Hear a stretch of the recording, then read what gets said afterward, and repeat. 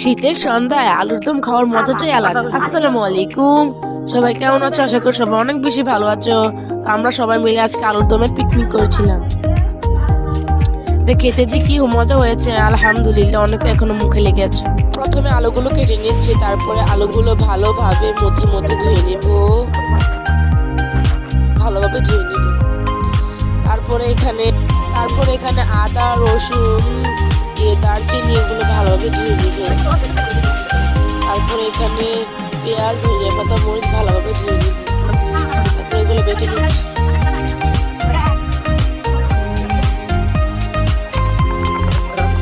গ্রাম বাংলা একটা মজা, যে সবাই মিলে পিকনিক করা যায়, অনেক ভালো লাগে। তারপরে এগুলো আমি কেটে নিচ্ছি।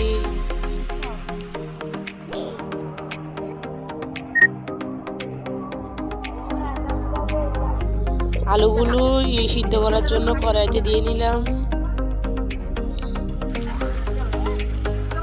A few moments later. আলুগুলো সিদ্ধ হয়ে গেলে এগুলো ভালোভাবে নামিয়ে নিলাম, পানিটা ছেঁকে। তারপর কড়াইতে তেল দিয়ে নিব, তারপর পেঁয়াজ, মরিচ এগুলো দিয়ে নিচ্ছি। তারপরে এখানে আদা, রসুন দিয়ে নিচ্ছি, এটা কেটে নিতে ভুলে গেছি। তারপরে লবণ, মরিচ, হলুদ এগুলো দিয়ে নিচ্ছি। তারপর যখন ভালোভাবে কষে আসবে তখন এখানে ম্যাগি মশলা দুটো দিয়ে নিব। ম্যাগি মশলা দিয়ে ভালোভাবে কষিয়ে নেব। তারপর এখানে সিদ্ধ আলুগুলো ঢেলে দেব, দিয়ে ভালোভাবে নেড়ে নিব।